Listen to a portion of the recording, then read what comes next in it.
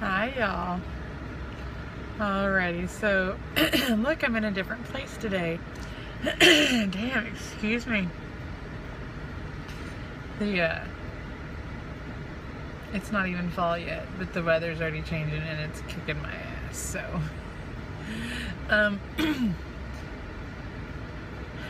gonna do a video today. I would say it's gonna be quick, but y'all know I ramble on, so it won't be that quick. But one of the biggest questions that I get from other parents, especially first-time parents,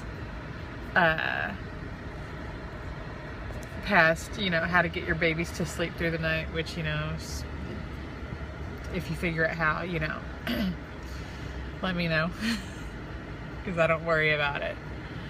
I just get a lot of coffee.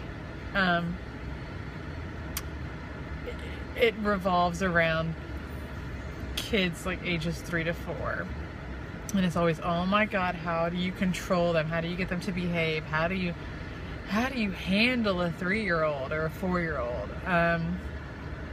With girls, it's usually 3, and with boys, it's usually 4. But step back for a second. If everyone's asking this question, how do I control my 3-year-old, my 4-year-old? How do I rein them in? And, you fucking don't. I mean, think about it. That means they're perfectly average, normal, insane ass children. They're crazy. That's their job. So here's how you handle it. Provide safe spaces for them. Child-proof the shit out of wherever they're gonna be. Because you think they can't get into something bullshit. They could get into anything they want. If you've got more than one, they're gonna team up. Alright, I've got my middle two, and the younger ones, the shit starter, she'll be like, hey, you push, oh, okay, I can't do this, so here's what you're gonna do. You push that chair over there. And then she'll tell them how to get up into shit. Those two together is trouble. It's crazy. So just make sure shit is child-proofed. Anything you don't want broken, you should probably put it in storage somewhere off your property. Because if they can tell it's there, they're gonna find it and break it. Because they live on your fatigue and tears. That's what sustains them when they don't want to eat any of the lovely food that you cook for them. Also, dust bunnies that they find under the couch, they live off that too, and maybe milk. But they're probably going to ask for like Dr. Pepper.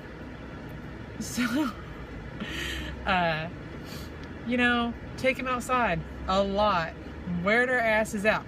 If you can even get a little paddling pool, go put them in that. I mean, you're gonna have to go out there with them, but open up the back door and watch them. And if they're playing in water, they're gonna wear their asses out. Anytime you can take them outside, take them outside. At least an hour. Run their asses ragged. That's one of the biggest things I hear about people. Well, they don't take their kids outside. No wonder they are insane and coloring up your damn walls with your Sharpies. They're fucking bored out of their heads, and their little bodies make so much energy. You gotta burn that off. You want them to go to bed easier at night? Run them around outside. You want them to be more willing to be chill through dinner time and to be more, laid back in the evenings? Good. Get their butts outside. Wear them out. Easier nap time? Back outside. Run them around. They're made to be active, very active, and you got to find an outlet for that, or they're gonna drive you crazy. And I read somewhere, and I don't know where, somewhere online, so it must be true, but that the less physical activity that kids have, like in schools where they've cut out PE, and it does happen. For my oldest child, for the last 2 years, there's been no PE required, or it was the last year she was in public elementary school, they only had PE twice a week, and then this year PE isn't required. The fewer hours they have of PE and recess and things like that, the higher the incidence of behavioral problems. So, you know, but yeah, because you've got to let those kids run that shit off. So, you know, safe spot, let them run around. Get your damn expectations in check. If they're 3 or 4, you got to understand they are going to have mood swings worse than a fucking pregnant lady in like her 10th month of pregnancy. They're going to go from happy to sad to pissed to overexcited to every other feeling they can have in no time flat. Because everything is still so new. They're still trying to sort everything out. They're trying to figure out all their emotions, what they mean, how to handle them. You know. So, it's not personal. If they're pissed, I mean, it might be your fault, but it's not. So? I mean, you've probably pissed off like a whole line of people today, and how many fucks do you give? Probably none. So don't take it personally if your kid's mad at you. Don't be a dick about it just because they're your kid. Help them figure it out. Put on your big girl or your big boy pants. Give them the words they need to tell you how they feel and help them sort out how to fix it. Are they hungry? Are they tired? Are they hurt? Are they sick? Are they, you know... It's just figure it out.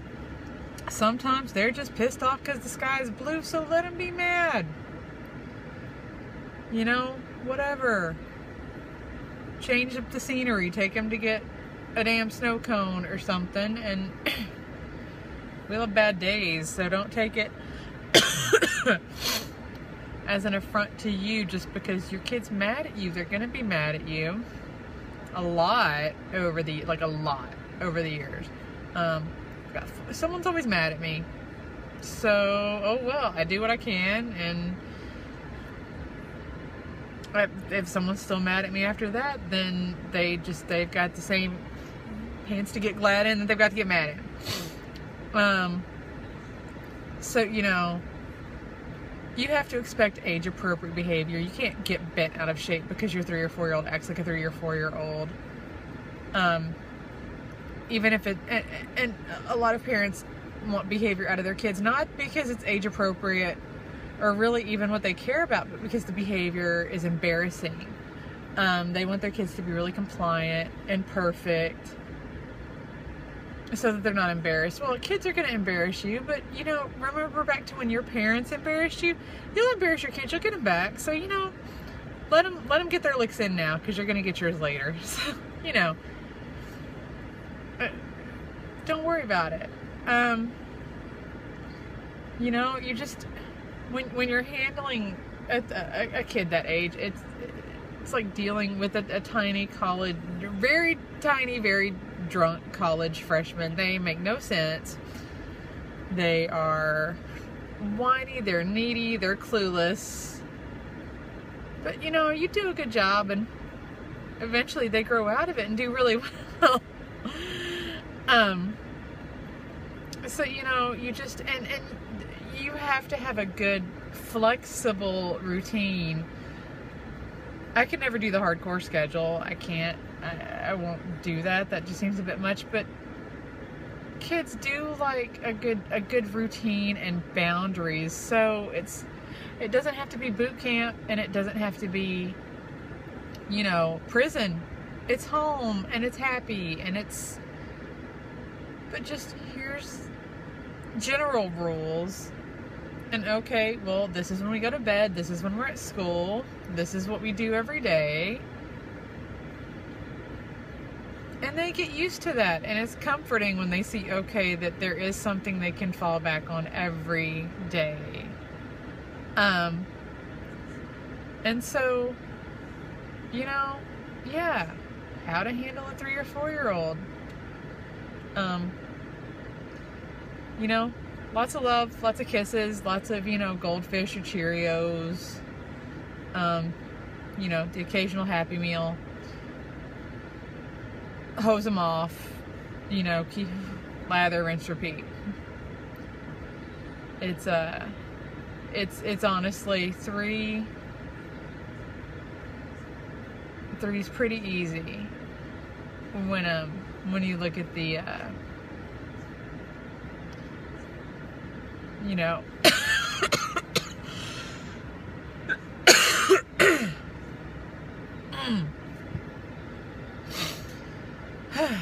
when you look at the big picture.